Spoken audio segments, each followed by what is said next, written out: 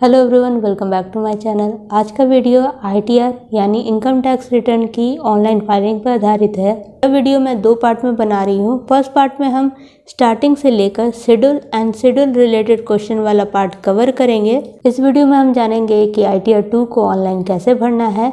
ITR 2 एक बड़ा form है, सो इसका फाइलिंग प्रोसेस भी काफ़ी बड़ा है। नए पोर्टल पर इस लेंथी फॉर्म को काफ़ी हद तक आसान करने की कोशिश की गई है। वीडियो में हम आईटीआर 2 को ऑनलाइन भरने का पूरा प्रोसेस जानेंगे। साथ ही जानेंगे कि किस इनकम हेड से इनकम होने पे आप इस फॉर्म को भर सकते हैं। इनकम टैक्स के तहत इनकम के 5 हेड हैं: salary, house property, business profession, capital gain and other sources. इनमें से किस हेड के अंडर आपकी इनकम होने पर आपको आईटीआर 2 भरना है, ये हम जानेंगे। साथ ही आईटीआर 2 में दिए गए सारे शेड्यूल के बारे में भी डिटेल से जानेंगे। इनकम टैक्स के पोर्टल पर किसी भी फॉर्म को भरने के लिए आपको कुछ प्री रिक्विजिट्स यानी शर्तों को पूरा करना होगा।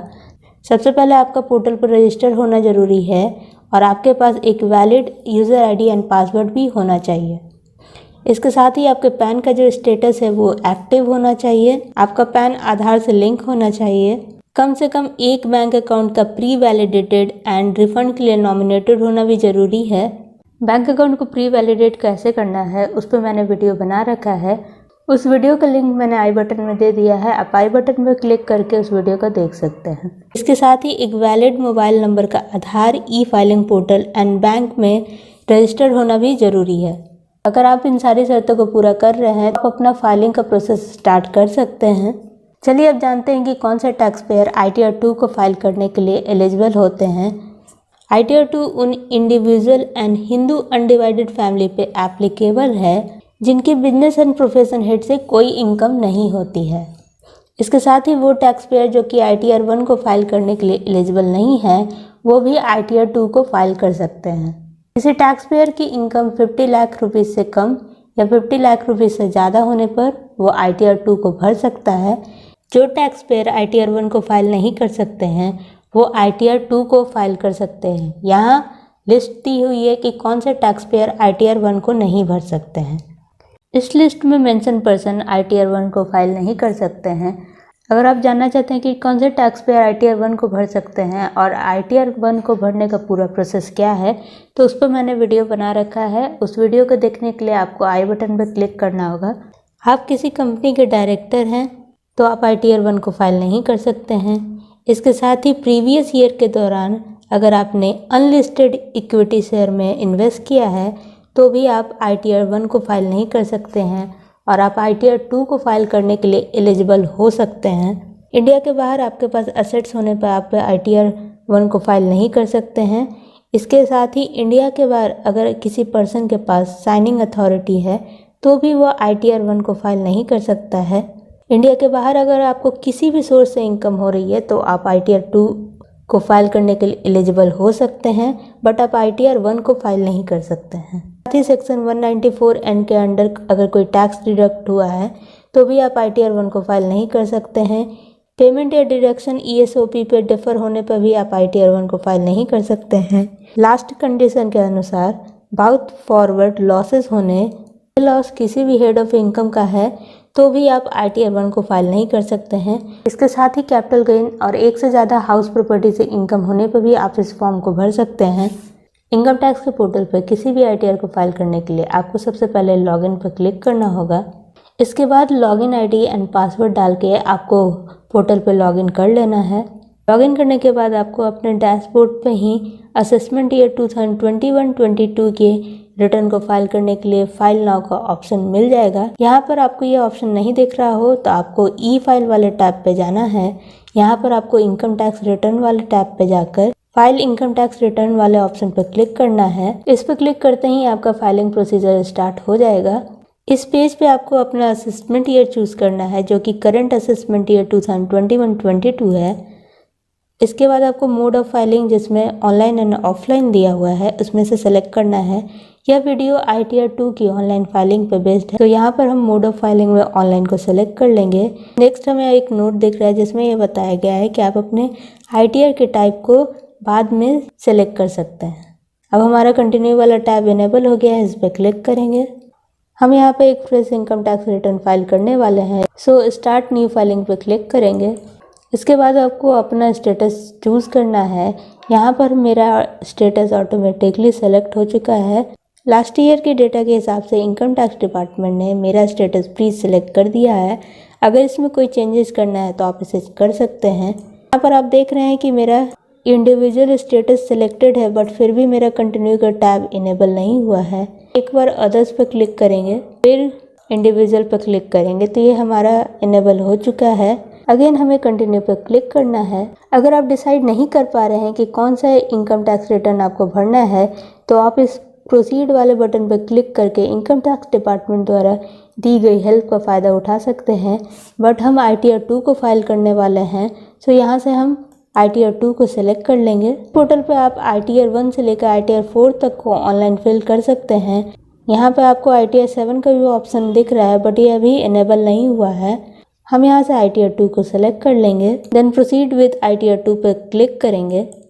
हमारे ITR 2 का फाइलिंग प्रोसेस शुरू करने के लिए हमें यहाँ पर लेट गेट स्टार्टेड पर क्लिक करना है और इसके साथ ही हमारा फाइलिंग प्रोसीजर स्टार्ट हो जाएगा। यहाँ पर नीचे हमें list of documents, FAQs and income tax department के द्वारा हेल्प के लिए वीडियो भी दी गई है। चलिए अपना ITR फाइलिंग का प्रोसीजर स्टार्ट करते हैं। इसके साथ ही अब नेक्स्ट पेज पे आपसे एक क्वेश्चन पूछा जा रहा है कि आप इनकम टैक्स रिटर्न को क्यों फाइल करना चाहते हैं। अगर टैक्स पेयर की taxable income basic exam limit से ज़्यादा है तो इस वाले ऑप्शन को चूज़ करना है। नॉर्मल टैक्स पेयर के लिए बेसिक एग्जाम लिमिट 2.5 लाख रुपये है। 7th प्रोविजन ऑफ सेक्शन 139 के अंडर अगर आपको अपना रिटर्न फाइल करना है तो जो कंडीशन यहाँ पर फिल हो रहा है उसे सेलेक्ट कर लेना है। 7th प्रोविजन के अंडर यहाँ पर 3 कंडीशंस है।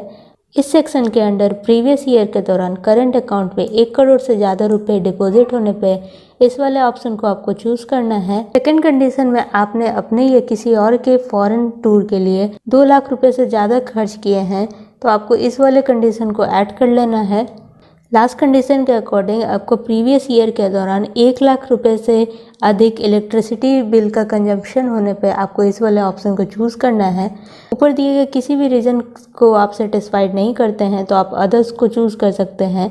हम जिस टैक्स पेयर की रिटर्न को फाइल कर रहे हैं उसका taxable income basic exam limit से ज़्यादा है, सो इस वाले ऑप्शन को चूज़ करेंगे। अब हमारा कंटिन्यू वाला ऑप्शन इनेबल हो गया है, इस पर क्लिक करना है। अब हम सिलेक्ट शेड्यूल वाले पेज पे पहुंच चुके हैं। यहाँ पर शेड्यूल को 5 कैटेगरीज में कैटेगराइज किया गया है। फर्स्ट है general, then income, deduction, tax and others.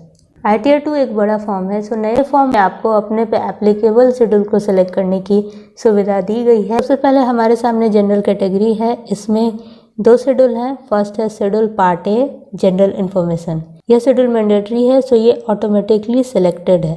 Next schedule है शेड्यूल 5 है। इस शेड्यूल को उन्हीं टैक्स पेयर को चुनना है जिन पर पोर्टुगीज सिविल कोड लागू होता है। पोर्टुगीज सिविल कोड गोवा राज्य और दादरा एंड नागर हवेली एंड दमन दीव पर लागू होता है। इस कोड के तहत हस्बैंड एंड वाइफ की सैलरी हेड की इनकम को छोड़ के बाकी इनकम को हस्बैंड एंड वाइफ के बीच इक्वली बांटा जाता है, जिसे स्पाउस अपनी इनकम टैक्स रिटर्न में डिस्क्लोज करते हैं। आप पर ये शेड्यूल एप्लीकेबल है तो इसे सेलेक्ट कर लें। हमारे लिए शेड्यूल एप्लीकेबल नहीं है, सो इसे डीसेलेक्ट कर देते हैं। इसके बाद इनकम कैटेगरी है।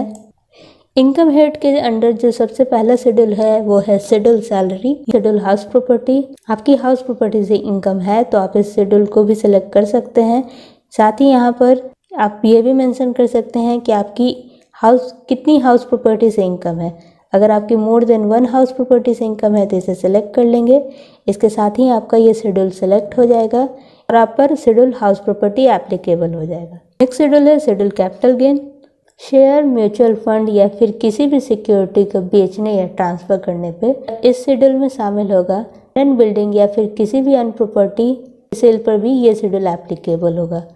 अगर आप पे ये शेड्यूल एप्लीकेबल है तो इसे सेलेक्ट कर लें, अदरवाइज आप इसे डीसेलेक्ट भी कर सकते हैं। हम जिस टैक्स पेयर का रिटर्न फाइल कर रहे हैं उसकी कैपिटल गेन से इनकम है, सो हम इसे सेलेक्ट कर लेंगे। इसके बाद शेड्यूल 112A है जिसमें कि लॉन्ग टर्म कैपिटल गेन से रिलेटेड डिटेल है। Next schedule 115AD। इसमें भी आपको लॉन्ग टर्म कैपिटल गेन से रिलेटेड कोई अर्निंग है तो आप इसे फिल कर सकते हैं। इसके लिए आपको इसे सेलेक्ट करना होगा। ऐसे ये ऑटोमेटिकली सेलेक्टेड है। नेक्स्ट जो शेड्यूल है वो है शेड्यूल अदर सोर्सेज। अगर आपकी अदर सोर्सेज जैसे कि इंटरेस्ट, डिविडेंड या फिर किसी स्पेशल इनकम से अर्निंग है तो आप इस वाले शेड्यूल को सिलेक्ट कर लें। इसके बाद स्पेसिफाइड पर्सन्स इनकम शेड्यूल आपको दिख रहा है। सेक्शन 64 के अकॉर्डिंग आपकी इनकम में अगर स्पाउस, माइनर चाइल्ड या फिर किसी और की इनकम ऐड हुई है तो आप इस वाले शेड्यूल को सिलेक्ट कर सकते हैं। इसके बाद स्पेशल इनकम वाला शेड्यूल आपको देखने को मिल जाएगा जो कि ऑटोमेटिकली सिलेक्टेड है। इस शेड्यूल में उस इनकम को दिखाया जाता है जिसमें कि स्पेशल रेट से टैक्स लगता है। इसके बाद एग्जम्प्ट इनकम वाला आपको शेड्यूल दिख जाएगा। फाइनेंशियल ईयर 2020-21 के दौरान अगर ऐसी कोई अर्निंग प्राप्त हुई है जिस पे इनकम टैक्स से छूट पाई जा सकती है तो आपको ये वाला शेड्यूल इनेबल करना है। नेक्स्ट शेड्यूल है पास थ्रू इनकम से related schedule. Section 115 UA and section 115 UB के तहत पास थ्रू इनकम डिटेल हो तो इस शेड्यूल को आप सेलेक्ट कर लें। इस लिस्ट में नेक्स्ट जो शेड्यूल है वो है foreign source income. Tax payer की इंडिया के बाहर भी आय का स्रोत हो या फिर इंडिया के बाहर संपत्ति हो, इसके साथ ही डबल टैक्सेशन से रिलीफ पाने के लिए भी आप इस शेड्यूल को ऐड कर सकते हैं। लास्ट जो शेड्यूल है वो है schedule tax relief under section 90, 90A and 91। अगर ये शेड्यूल आप पे एलिजिबल है तो इसे सेलेक्ट कर लें। यहाँ पे यह मेंशन किया गया है कि इनकम कैटेगरी के अंडर कम से कम एक शेड्यूल का सिलेक्ट होना जरूरी है। शेड्यूल की जो नेक्स्ट कैटेगरी है वो है डिडक्शन। डिडक्शन के अंडर जो फर्स्ट शेड्यूल है वह है schedule deduction under section 80G। Specified institution में डोनेशन करने पर आप इस शेड्यूल के अंडर डिडक्शन को क्लेम कर सकते हैं। इसके लिए आपको इसे सेलेक्ट करना होगा। नेक्स्ट है डिडक्शन अंडर सेक्शन 80GA। अपने साइंटिफिक रिसर्च या फिर रूरल डेवलपमेंट में डोनेशन किया है तो उसका डिडक्शन क्लेम करने के लिए आपको इस शेड्यूल को चूज कर लेना है। नेक्स्ट शेड्यूल है schedule deduction under section 80D। Last जो शेड्यूल है वो है schedule deduction under chapter 6A। Basically tax payer जो डिडक्शन क्लेम करते हैं वो इस चैप्टर के अंडर ही करते हैं, सो इसी कारण ये चैप्टर ऑटोमेटिकली सिलेक्टेड है। टैक्स शेड्यूल में जो सबसे पहला शेड्यूल है शेड्यूल कंप्यूटेशन ऑफ इनकम, यह मैंडेटरी है। इसके बाद है शेड्यूल कंप्यूटेशन ऑफ टैक्स, यह भी मैंडेटरी है जिसमें टोटल इनकम एंड टैक्स का कंप्यूटेशन मेंशन होता है। इसके बाद आपको schedule detail of tax payment, अगर आपने कोई सेल्फ असेसमेंट टैक्स या एडवांस टैक्स पे किया है या आपको करना है, इस वाले टैब को सिलेक्ट कर लेंगे। यहाँ ध्यान देने वाली बात है कि schedule detail of tax payment, schedule TDS and schedule TCS, इनमें से किसी एक को सिलेक्ट करने पर बाकी दोनों शेड्यूल ऑटोमेटिकली सेलेक्ट हो जाएंगे। नेक्स्ट जो शेड्यूल है वो शेड्यूल TDS है जिसमें आपको अपनी TDS डिटेल फिल करनी होती है। शेड्यूल TCS है, इसके बाद अदर्स वाला पार्ट आता है। अदर्स कैटेगरी के अंडर जो फर्स्ट शेड्यूल है वो शेड्यूल CYLA है। CYLA का फुल फॉर्म है current year loss adjustment. Current year के लॉसेस को सेट ऑफ करने के बाद बचे हुए इनकम डिटेल को इस वाले शेड्यूल में शो किया जाता है। नेक्स्ट जो शेड्यूल है वो है शेड्यूल BFLA। BFLA का फुल फॉर्म है बाउट फॉरवर्ड लॉस एडजस्टमेंट। पिछले साल के लॉसेस को हटाने के बाद इस शेड्यूल में इनकम की डिटेल को शो किया जाता है। नेक्स्ट जो शेड्यूल है वो है शेड्यूल CFL। CFL का फुल फॉर्म है कैरेट फॉरवर्ड लॉसेस। आगे के साल में भेजे गए लॉसेस को इस शेड्यूल में शो किया जाता है।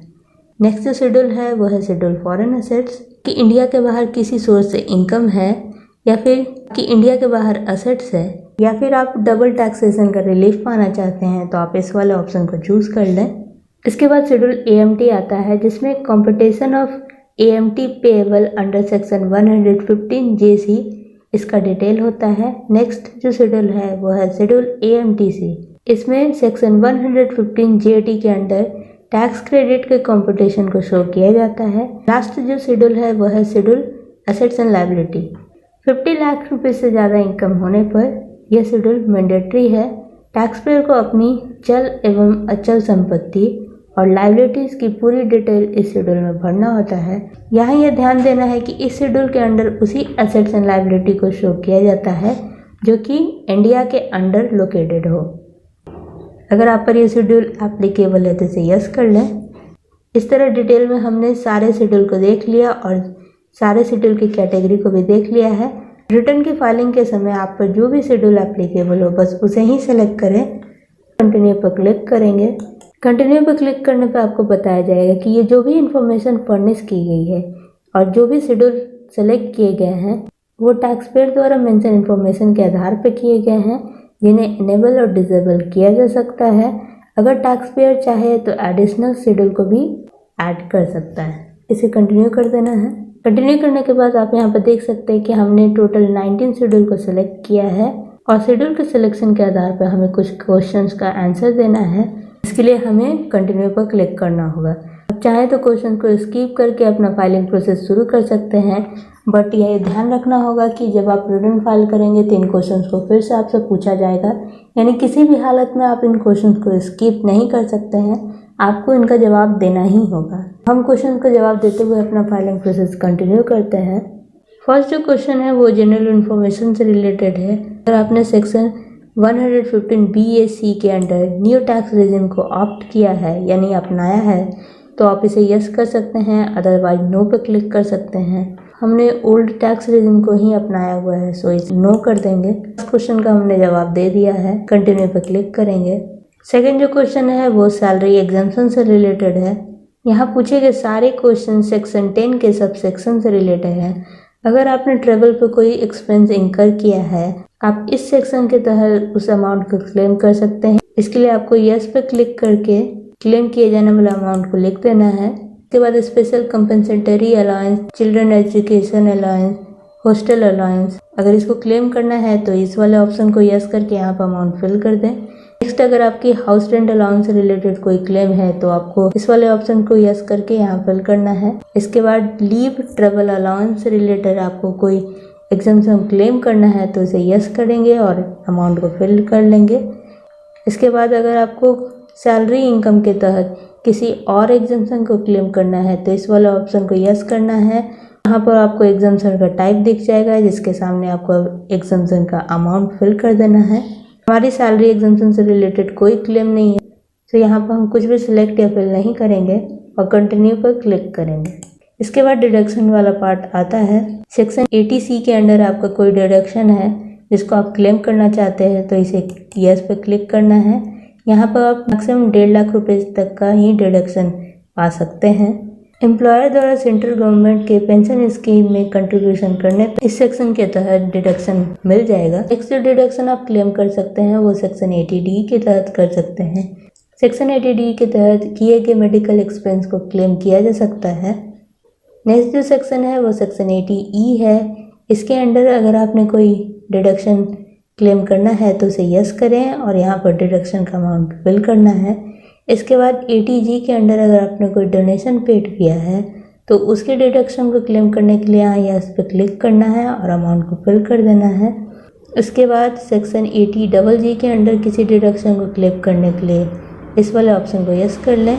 नेक्स्ट है साइंटिफिक रिसर्च या रूरल डेवलपमेंट के लिए सेक्शन 80GA के अंडर अगर आपने कोई डोनेशन पेड किया है तो उसे क्लेम करने के लिए आपको इस वाले ऑप्शन को यस करके अमाउंट को फिल करना होगा। इसके अलावा किसी और डिडक्शन को क्लेम करने के लिए आपको इस लास्ट वाले ऑप्शन यस करना है। इसके बाद आपको यहाँ पर डिडक्शन का टाइप अमाउंट ऑफ एग्जम्पशन में दिख रहा है। इसके बाद कंटिन्यू पर क्लिक करेंगे। ITR 2 को ऑनलाइन कैसे भरना है इस वीडियो के फर्स्ट पार्ट में बस इतना ही। Thanks for watching.